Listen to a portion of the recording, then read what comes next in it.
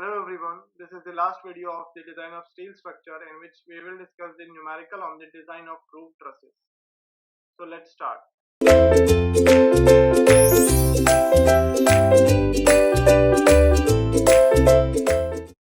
problem statement says that design a roof truss of span 9.3 meters at a spacing of 4 meters for an industrial shed.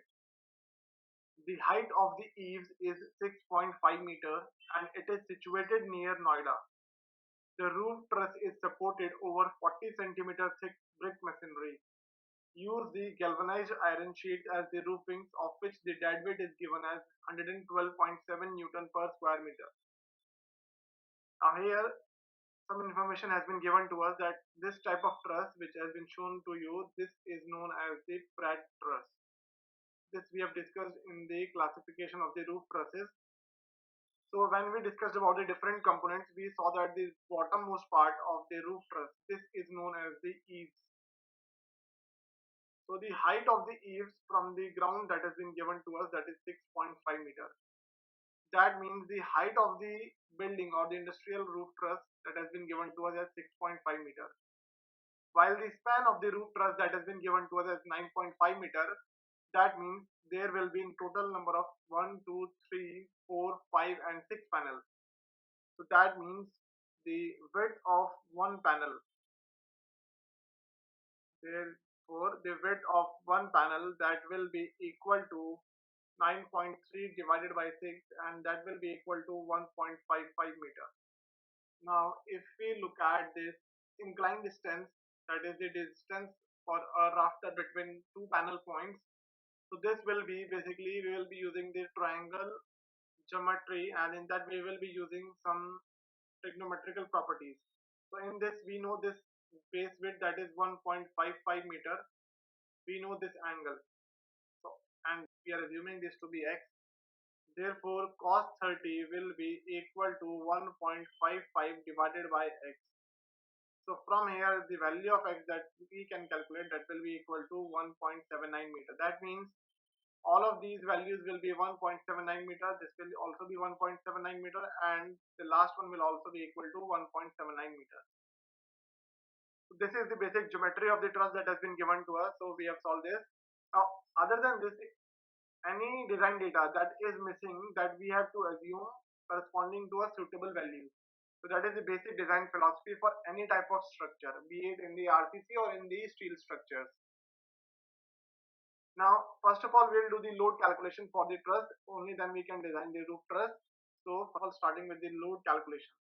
So that was the first part, that is the geometry of the roof truss, and in the second part we will try to calculate the loads coming onto the roof truss. Now when there is the first load that will be there, that will be the dead load calculation. Now the dead load there will be because of the sheetings. Now the sheets that has been provided, they are the GI sheets, of which the weight has been given to us as 112.7 Newton per square meter. That is given for a area, that is per unit area, that value is 112.7 Newton, that is the weight of the GI sheets. Now when we are calculating the purlins, so let me draw the another shape. Let's say this is the some other view of the roof truss. So in this, these will be the purlins. So this is the purlin which is being provided here. This will be another purlin that will be there, and this will be the another purlin. The bottommost that is known as the eaves, while these other known are known as the, and these other horizontal members, they are known as the purlins. So these purlins are provided at 1.79 meter distance, and they are spacing of the roof truss. So spacing of the roof truss that has been given to us already. In the question it was given that the spacing of the roof truss is 4 meter. That means they are provided at a spacing of 4 meter and for a panel width of 1.79 meter. So that means if we want to calculate the dead load because of the sheets in Newton per meter, so it will be 112.7 into 1.79. So this value that we will be calculating, that comes out to be 201.7 Newton per meter. So this is the value that we have assumed. This is the value that we have calculated for this GI sheet that we are providing. Now the dead load of the purlins. Now since the dead load of the purlins that has not been given to us, so just assuming that the minimum value that we will be using, that will be 100 Newton per meter. So corresponding to that, we will be getting the dead load. Therefore, the total dead load which will be there on the roof truss, that will be 201.7 plus 100 Newton per meter. So from here, the total dead load value that we are getting, that is 301.7 Newton per meter. Similarly, we will calculate the live load. Now the calculation for the live loads, has to be done. Now we have seen that if assuming access is not provided, therefore the value of live load is 0.75 kilonewton per square meter. Now this has to be subtracted by a suitable value, that will be 0.01 if the theta is greater than 10 degrees but up to 20 degrees, and for any angle greater than 20 degrees it will be theta minus 20 degrees. Now from here we will get the value as 0.45 kilonewton per square meter, that is the value of the live load for the roof truss. Now corresponding to this value,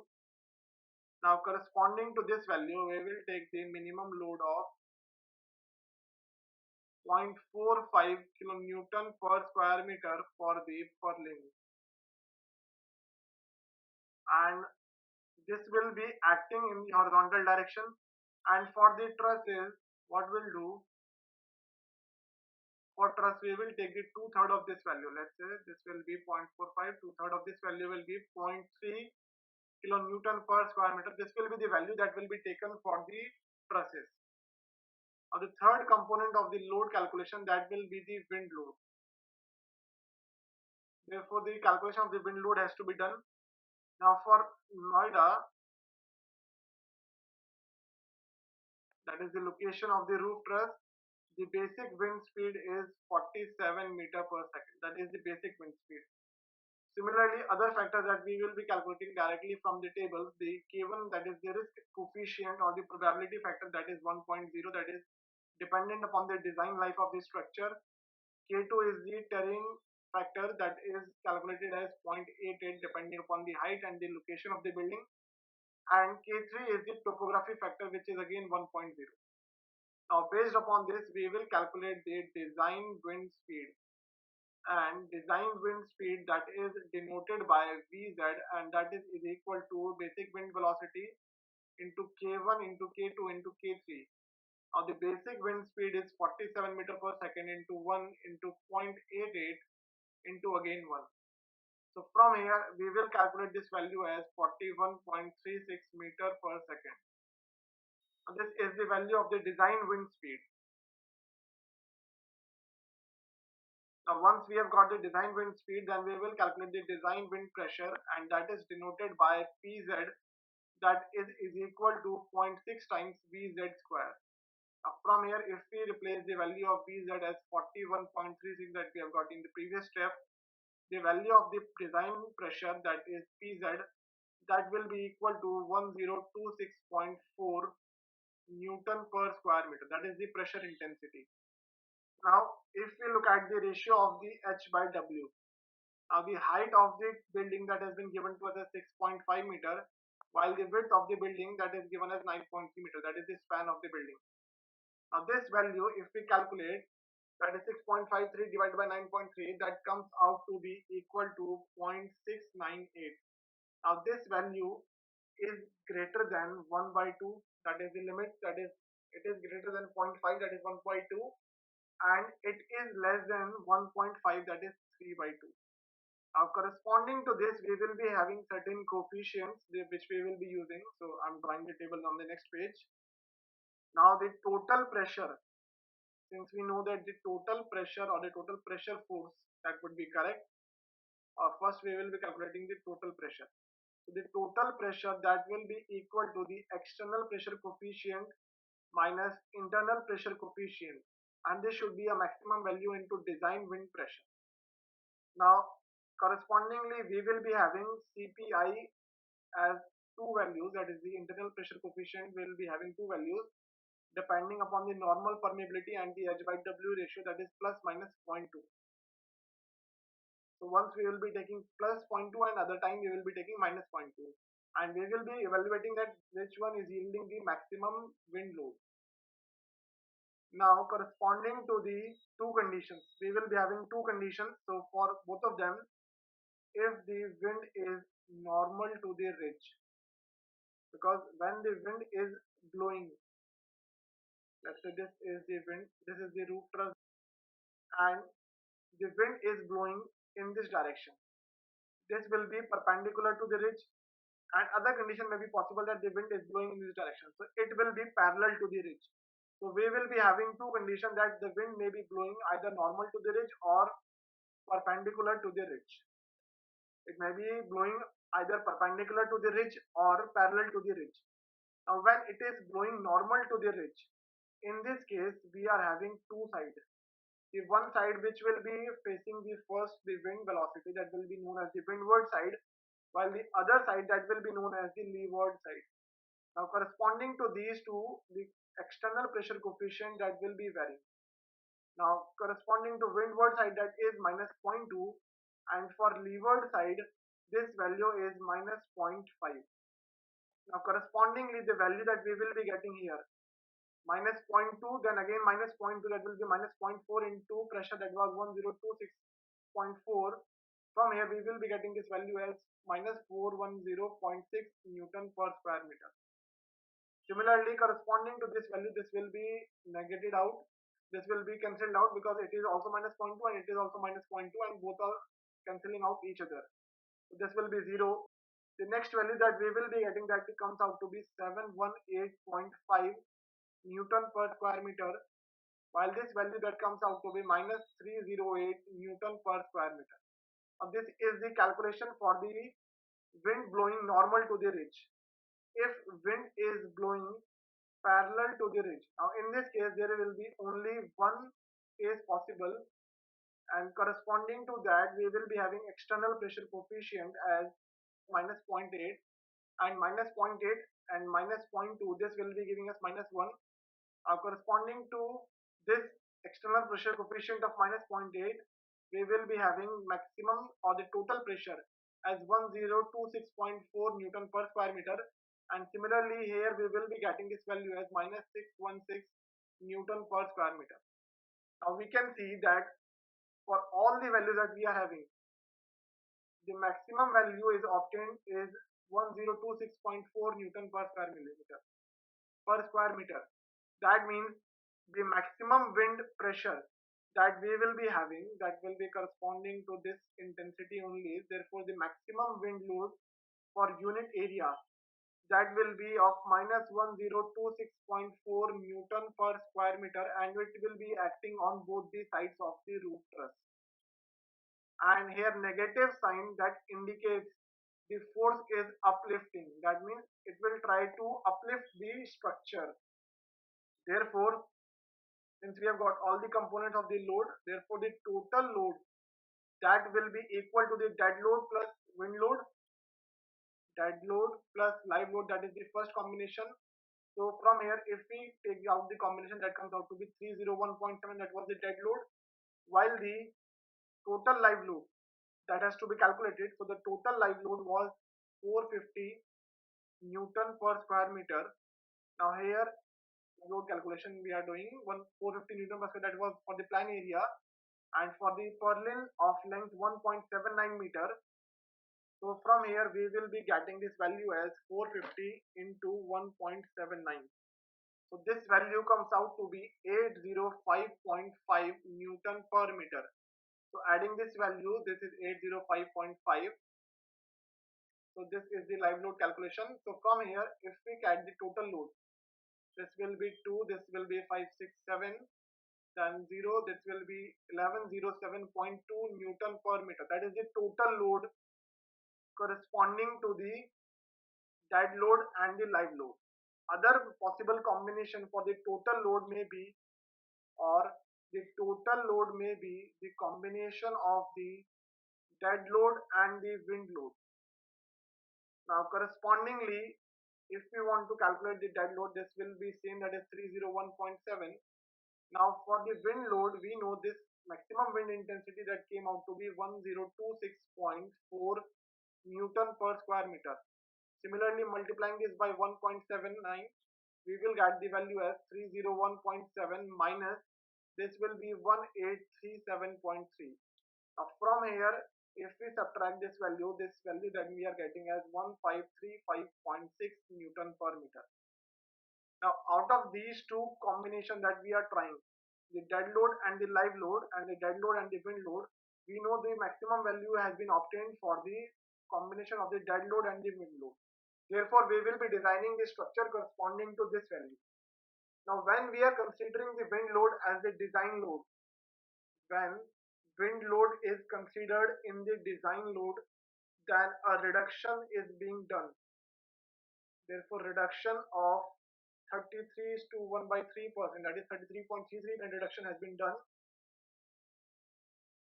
Therefore, the value will be reduced from 1536.4 divided by 1.33. So this will yield the value as 1154.6 Newton per square meter, which is still greater than the value that we obtained for the dead load and the live load combination.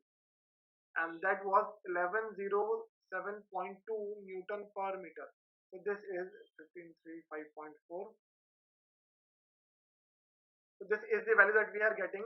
So obviously we will be designing the structure for this load, that is the reduced load. So this will be the load for which we will be designing the structure. Now this is the critical combination. So the critical combination of the load is dead load and the wind load, corresponding to which the value that we are getting, that is 1154.6 Newton per meter.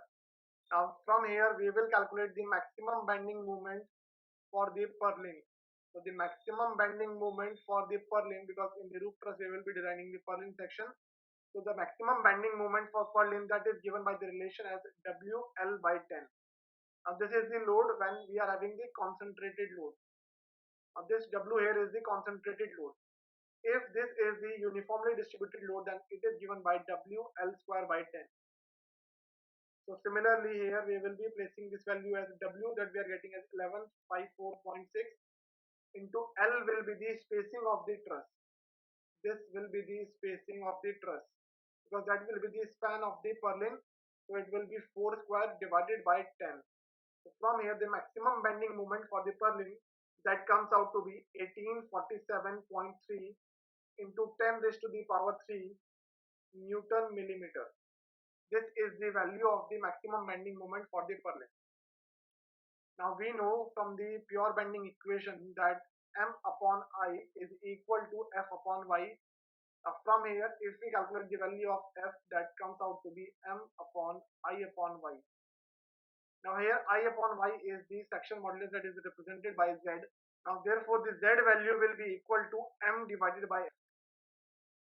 Now the value of the M that we have got, that is 1847.3 into 10 raised to the power 3, that is Newton millimeter, divided by the permissible stress or the purlin. So the permissible stress up to which we can bear the any failure, that is 165 Newton per square millimeter.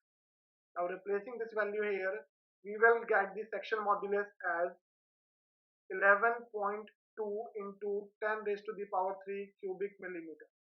Or we can say that this section modulus that is equal to 11.2 cubic centimeter.